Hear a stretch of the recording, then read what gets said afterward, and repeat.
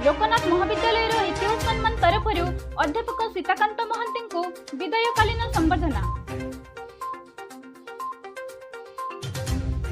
केन्द्रापड़ा जिला पाटकुरा निर्वाचन मंडली सानअडंगा पंचायतर कोरुआठारे अवस्थित लोकनाथ महाविद्यालय इतिहास सम्मान विभाग तरफ आज विदायी विभागीय मुख्य अध्यापक सीताकांत महांती को विदायकालीन संबर्धना कार्यक्रम अनुष्ठित होइथिला।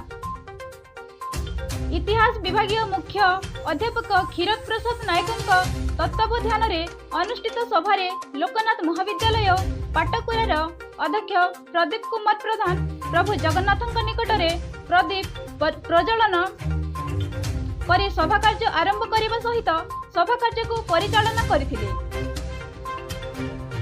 एही विदायकालीन संबर्धना सभारे चित्रोत्कला महिला महाविद्यालयर इतिहास विभागर मुख्य अध्यापक निर्मल मल्लिक अतिथि भावे जोग देथिले। अन्य मानक मध्यरे अध्यापक अनिल कुमार दास, इतिहास विभाग वरिष्ठ अध्यापक रमाकांत पाणी प्रमुख श्रीजुक्त सीताकांत महांती आदर्श और शिक्षादान उपरे आलोकपात करथिले। युक्त 3 इतिहास सम्मान विभागर छात्र छात्री मानक मध्यरु सोनाली दास, प्रियंका पटनायक, सोनाली विश्वाल और शुभलक्ष्मी नायक प्रमुख गुरु शिष्य परंपरा विषय रे कहिबा सहित अवसर प्राप्त अध्यापक सीताकांत महांती शिक्षादान और छात्र वत्सलता उपरे गुणगान करने सहित दुखर म्रियमाण होई पड़िथिले।